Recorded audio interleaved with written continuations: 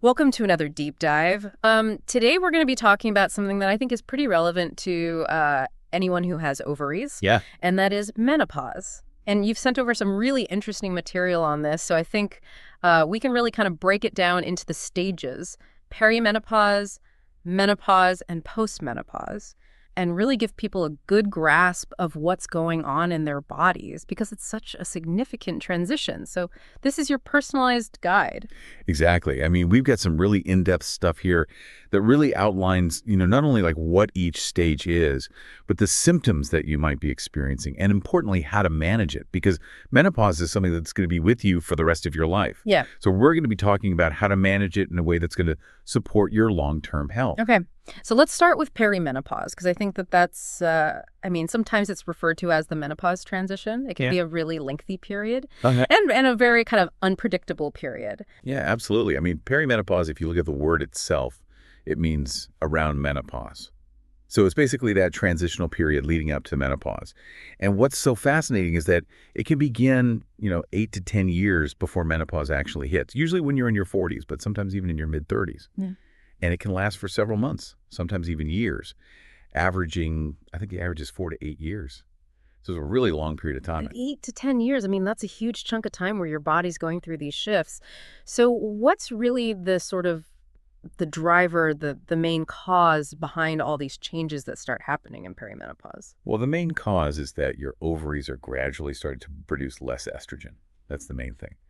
And, it's not a steady decline. That's what's so interesting about it. I always imagine it as like a dimmer switch. Oh. Like your ovaries are like a dimmer switch, and they're starting to flicker a little bit. And that causes, a lot of hormonal noise, basically. I like that. The flickering dimmer switch. It really does kind of make you think about that sort of hormonal roller coaster. Yeah. So with that in mind, what are some of the key characteristics or maybe even symptoms that somebody would start to notice that might indicate they're in perimenopause? What should we be looking out for? Well, I think, one of the first things that a lot of women notice is that their periods start to change. They become irregular. Some cycles might be shorter, some might be longer, some might be heavier, some might be lighter. You might skip a period here and there.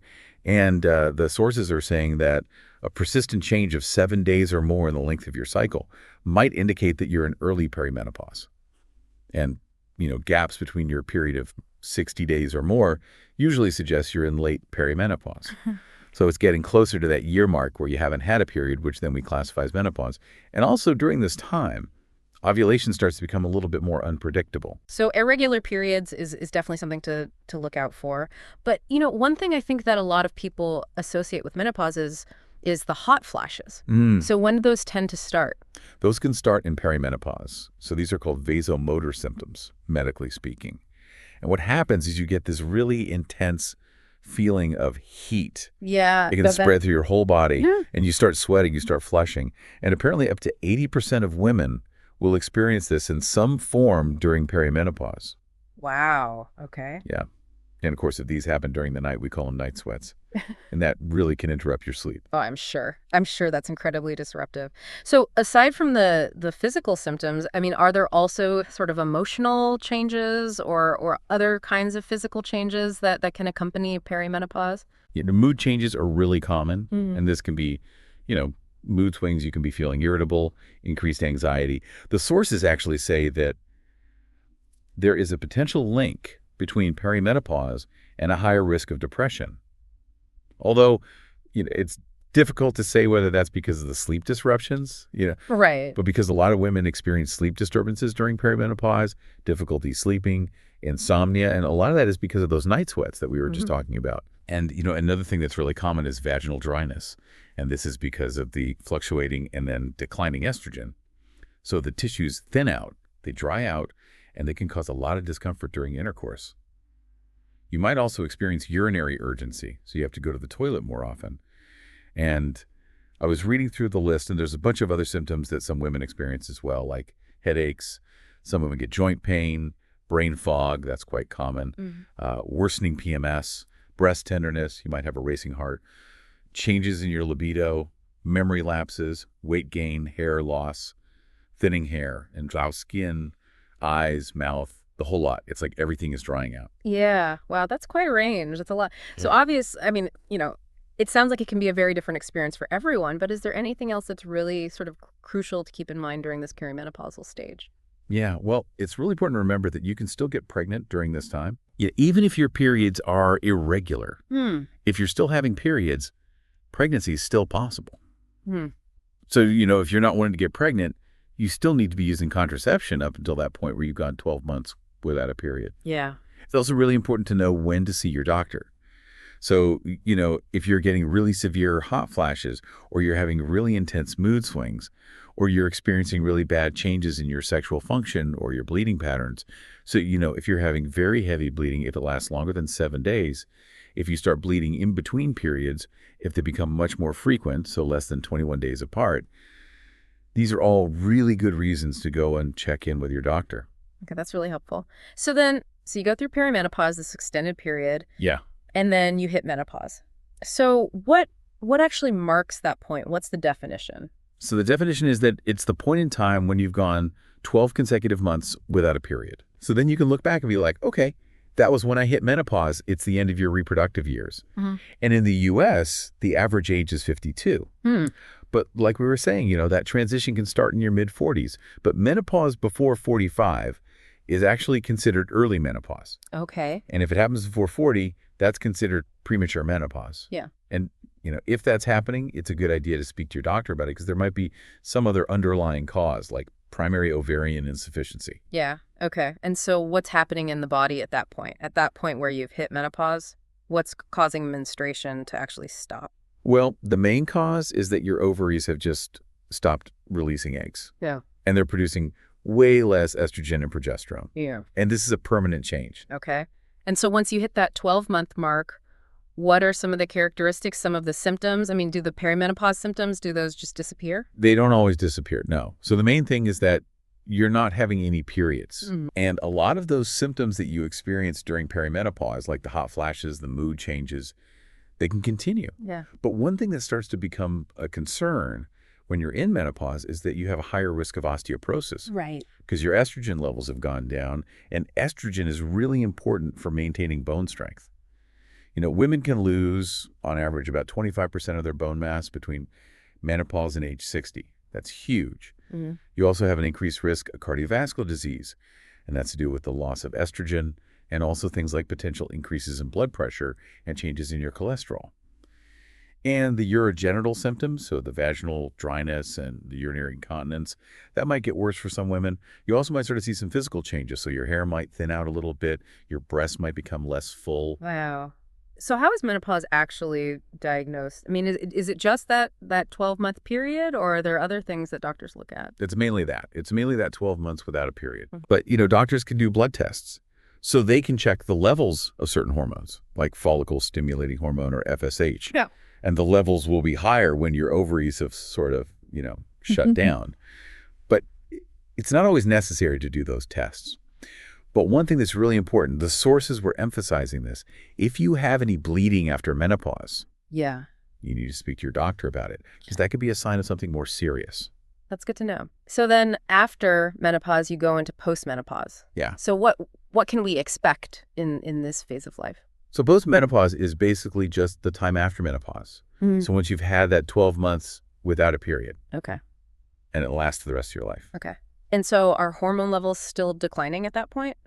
Or have they stabilized? Yeah, they tend to stabilize. They stay low, but they're not declining. Yeah. And your body just adjusts to this new baseline. Okay.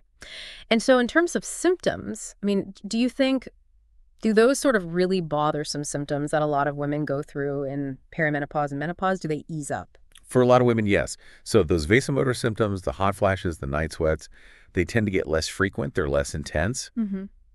But one thing that becomes really important is that there are long-term risks to your health associated with those low estrogen levels.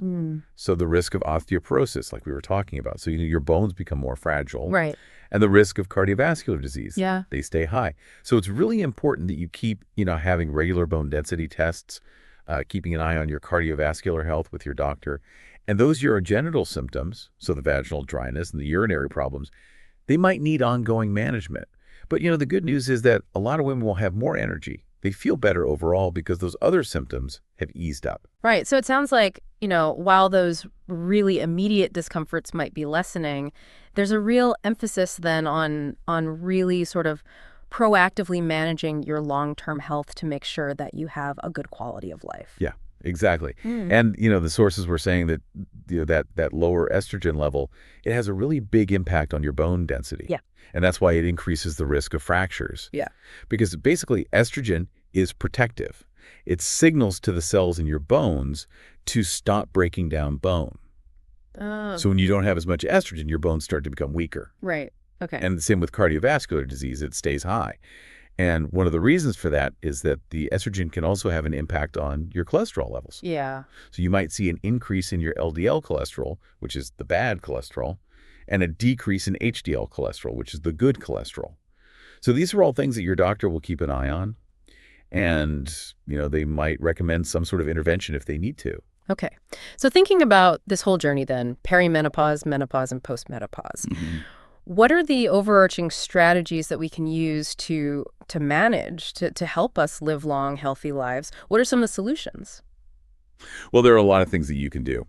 And one of the things is hormone therapy. So you might have heard of this as HT or HRT. Yeah. And this can be really effective in relieving symptoms like hot flashes and vaginal dryness. And it can also protect against osteoporosis. And there are different types. So there's estrogen therapy by itself, which is ET, and then there's estrogen combined with a progestogen, which is EPT. And, which one you use often depends on whether you still have your uterus or not. Yeah. And the sources were saying that, hormone therapy is something that might be recommended if you go through early menopause, so before the age of 40. But it's really important that you talk to your doctor about it because it can have some risks as well as benefits. Right. And it's a decision that you need to make with your doctor. What about non-hormonal treatments? I mean, I know a lot of people are interested in that as well. Yeah, absolutely. There are lots of things that you can do. So, lifestyle changes. So things like looking at your diet, cutting back on caffeine, maybe spicy foods, incorporating some phytoestrogens. Yeah. So foods like soy, chickpeas, lentils, flaxseed, those can be helpful. Try and avoid your triggers. So things that make your hot flashes worse. Right. So warm environments, if you smoke, try to stop smoking. Exercise regularly. That's good for your overall health, and it can help with some of the symptoms. Join a support group. It's always good to have that emotional support and to be around other women who are going through the same thing. And there are also some non-hormonal medications. So, low-dose birth control pills can be used in perimenopause. And they can help to regulate your hormones. Some antidepressants, they can help with mood, but they can also help with hot flashes, which is interesting. There are also medications like gabapentin and fezolinetant, which have been approved for hot flashes. And then for vaginal dryness, there are things like vaginal creams and lubricants. Yeah. And then, some people also use things like CBT, which is cognitive behavioral therapy, and hypnotherapy. So there's a lot of different things that you can try. Yeah, it really sounds like there's not just one solution. You have to really kind of figure out what works best for you. Exactly. And that's what the sources were emphasizing, is that you really need an individualized approach. Because, it's going to depend on your symptoms, your health risks, your preferences. So talk to your doctor, and they can help you come up with a plan that works for you. And so what should women really be focusing on in terms of long-term health, especially in postmenopause? Well, the big thing is osteoporosis and cardiovascular disease. Right. Those are the two big things that you need to be thinking about. So it's really important to make sure you're living a healthy lifestyle. Yeah. So, eating a healthy diet, getting enough calcium and vitamin D, especially for your bones, doing some weight-bearing exercises. That helps to keep your bones strong. Don't smoke.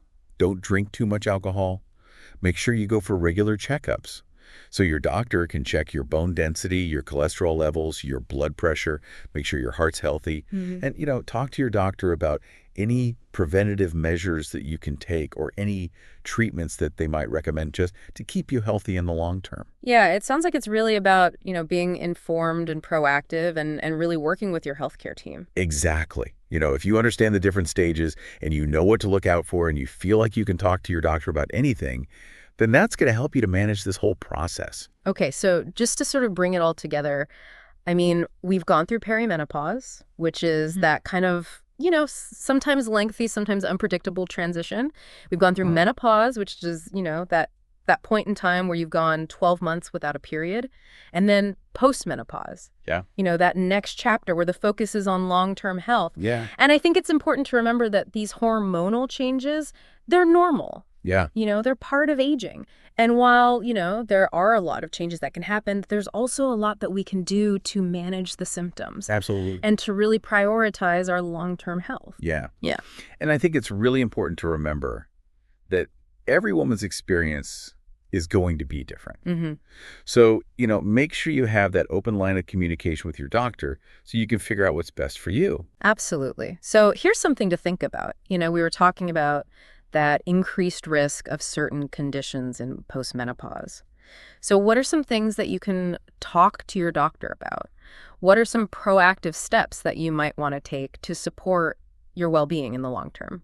So maybe it's talking about when to have a bone density screening, or maybe it's talking about, ways to keep your heart healthy. Mm-hmm. So hopefully this deep dive has given you a lot of information and you feel more empowered and you feel like you have a better understanding of this really important stage of life. Absolutely. Thanks for listening. Yeah, thanks.